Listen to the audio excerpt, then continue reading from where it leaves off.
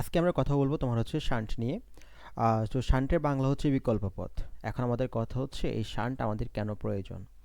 Shunt basically হচ্ছে আমাদের যে ইলেকট্রিক্যাল ইনস্ট্রুমেন্টগুলো আছে সেগুলোকে হচ্ছে আমরা দুর্ঘটনার হাত থেকে রক্ষা করার জন্য আমরা শান্ট ব্যবহার করি। এজন্য আমাদের শান্টের যে বাংলা প্রতিশব্দ সেটা হচ্ছে বিকল্প পথ।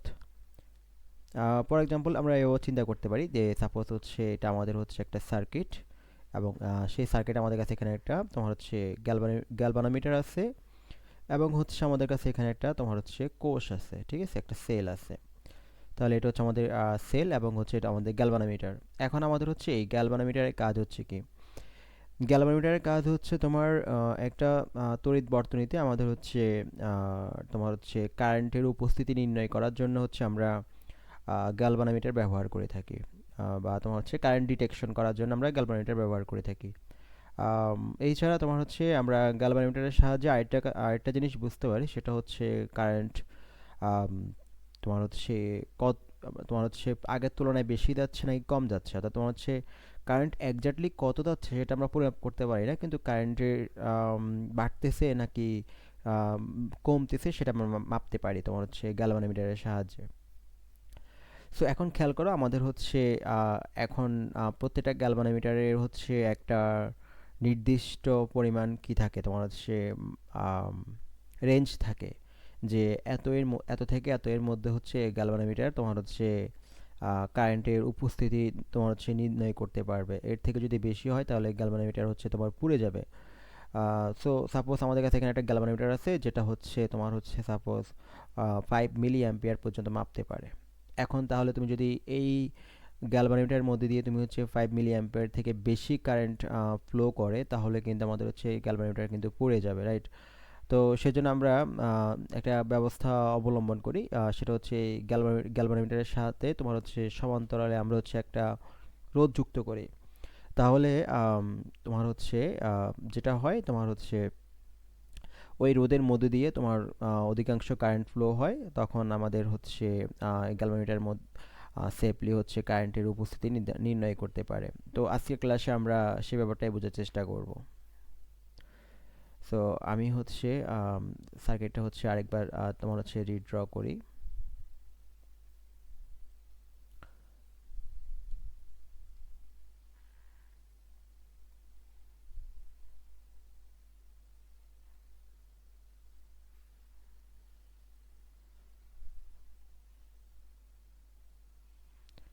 সো আমাদের এই যে গ্যালভানোমিটার আছে তার কিন্তু একটা রোধ আছে, হ্যাঁ, তার কিন্তু একটা রোধ আছে। তো সাপোজ গ্যালভানোমিটার রোধ যদি ধরলাম আমরা হচ্ছে 100 ওহম হয়, আম, তাহলে হচ্ছে আমাদের সাপোজ এখানে তোমার হচ্ছে খেয়াল করো, আমরা তখন যেটা করি সেটা হচ্ছে গ্যালভানোমিটারের সাথে তোমার হচ্ছে সমান্তরালে আমরা হচ্ছে একটা রোধ যুক্ত করি। তো গ্যালভানোমিটারের সাথে এই যে সমান্তরালে আমরা যে একটা রোধ যুক্ত করলাম, খুবই ক্ষুদ্র মানের একটা রোধ যুক্ত করলাম, এই ব্যবস্থাটাকে বলা হচ্ছে তোমার হচ্ছে শান্ট, ঠিক আছে। সো সাপোজ আমাদের এখানে যেই শান্ট এর মান সেটা হচ্ছে সে তোমার হচ্ছে 1 ওহম, ঠিক আছে, এটা হচ্ছে 1 ওহম।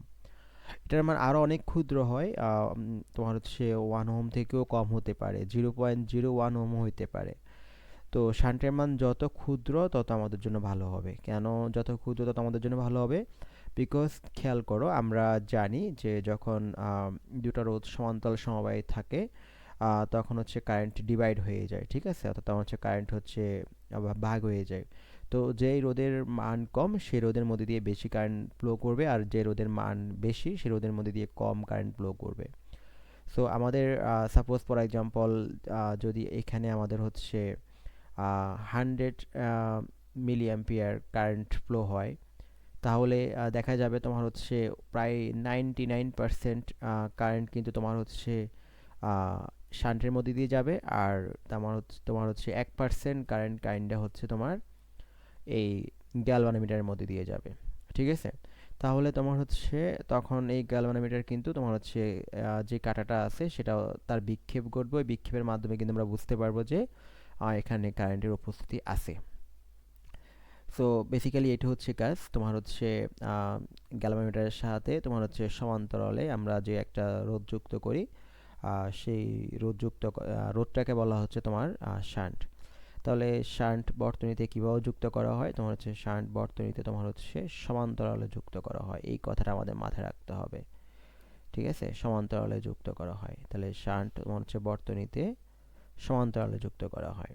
আচ্ছা, এখন তোমার অনেকের প্রশ্ন আসতে পারে বা অনেকের মনে একটা আইডিয়া আসতে পারে যে শান্টের মান যদি কম হয় তাহলে যেহেতু আমাদের জন্য ভালো হয়, যে শান্ট যদি কম হয় তাহলে আমাদের হচ্ছে আহ, অধিকাংশ কারেন্ট শান্টের মধ্যে দিয়ে যাবে।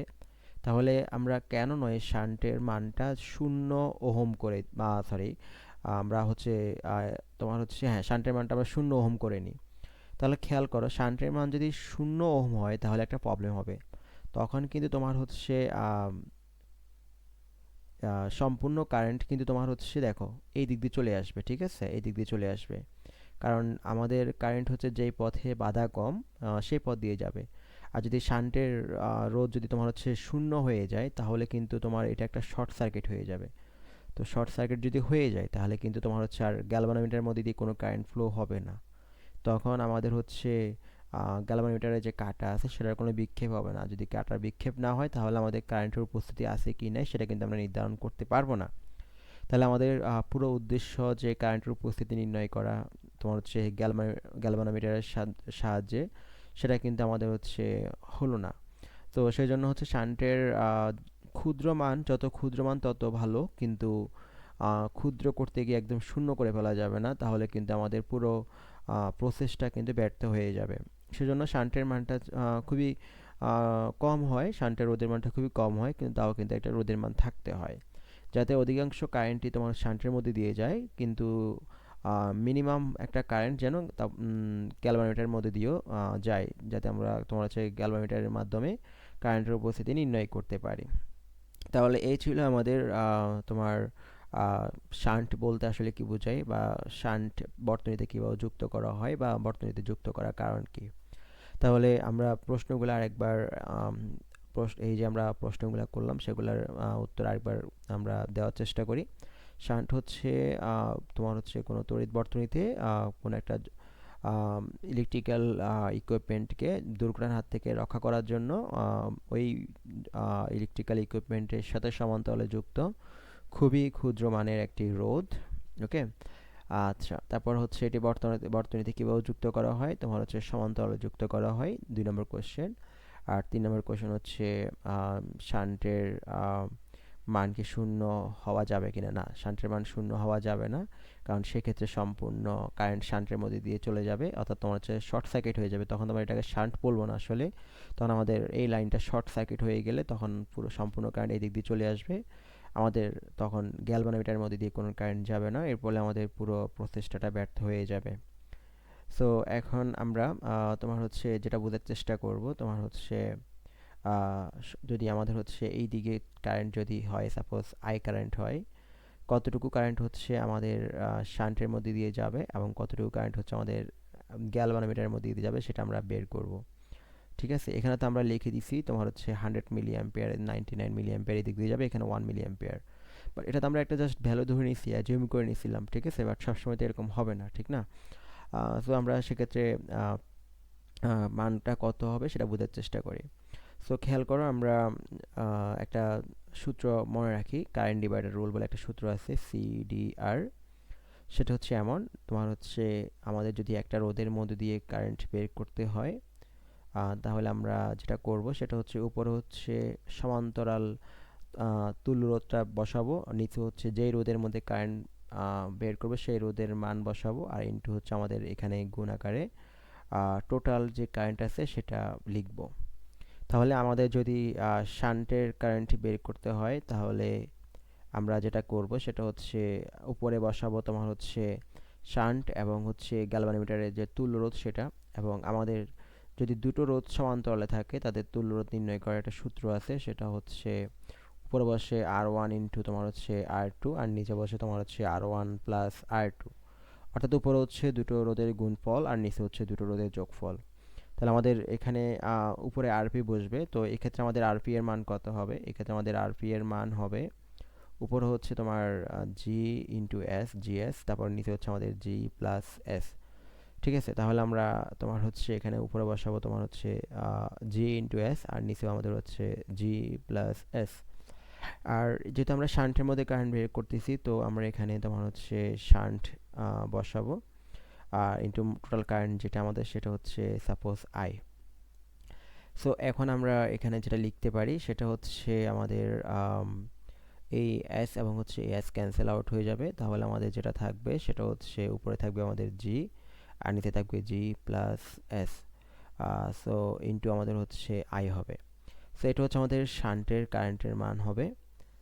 সিমিলারলি তুমি হচ্ছে যেটা করতে পারো সেটা হচ্ছে গ্যালভানোমিটারের কারেন্ট বের করতে পারো, সেটা হবে এমন আই জি ইকুয়াল হচ্ছে, এবার উপরে হবে তোমার হচ্ছে এস হবে, আর নিচে হবে তোমার হচ্ছে জি প্লাস এস ইন্টু তোমার হচ্ছে আই হবে। সো এই দুইটা সূত্রের সাহায্যে আমরা শান্টের মান এবং গ্যালভানোমিটারের মান কিন্তু বের করতে পারি। এবার আমাদের একটা শর্টকাট টেকনিক আছে, আমাদের কাছে একটা শর্টকাট ট্রিক্স আছে। সেই শর্টকাটটা হচ্ছে এমন, তোমার যদি প্রশ্নের মধ্যে শান্টের মান বের করতে বলে, তাহলে আমরা সেক্ষেত্রে এস বের করবো। এভাবে একটা সূত্র আছে আমাদের, এস ইকুয়াল হচ্ছে G divide by N minus one. এখন এনটা হচ্ছে কি, এনটা হচ্ছে বলা হয় তোমার হচ্ছে আই প্রাইম ডিভাইড বাই হচ্ছে আই। সো আই প্রাইম বা আই ড্যাশ বলতে আসলে আমরা কি বোঝাচ্ছি? সো আই ড্যাশ বা আই প্রাইম যেটাই বলি না আমরা কেন, সেটা হচ্ছে বেসিক্যালি আমাদের, দেখো আমরা এই গ্যালভানোমিটারের মধ্যে দিয়ে তোমার হচ্ছে 1 মিলি অ্যাম্পিয়ার কারেন্ট মাপতে পারতাম, কিন্তু যখন আমরা এটার সাথে একটা শান্ট যুক্ত করছি তখন কিন্তু আমরা 100 মিলি অ্যাম্পিয়ার কারেন্ট কিন্তু এর মধ্যে দিয়ে মাপতে পারতেছি। ঠিক আছে, সো তোমার হচ্ছে এই যে এটাকে বলা হয় পাল্লা বৃদ্ধি। ঠিক আছে, আমরা প্রায় 100 গুণ পাল্লা বৃদ্ধি করলাম এই ক্ষেত্রে। তো তোমার হচ্ছে এই আমরা যে আই লিখছি সেটা হচ্ছে আমাদের গ্যালভানোমিটারের মধ্যে দিয়ে কতটুকু কারেন্ট মাপা যায় অ্যাকচুয়ালি, আর তোমার আই ড্যাশটা হচ্ছে তোমার শান্ট যুক্ত করার পর কতটুকু কারেন্ট তুমি মাপতে পারবা, দ্যাট মিনস হচ্ছে পরিবর্তিত কারেন্টের মান।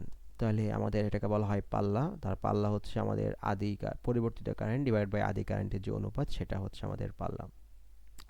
তাহলে আমরা আশা করি এই প্রশ্নটা বুঝছি। তো চলো এখন আমরা হচ্ছে একটা প্রশ্ন সলভ করি।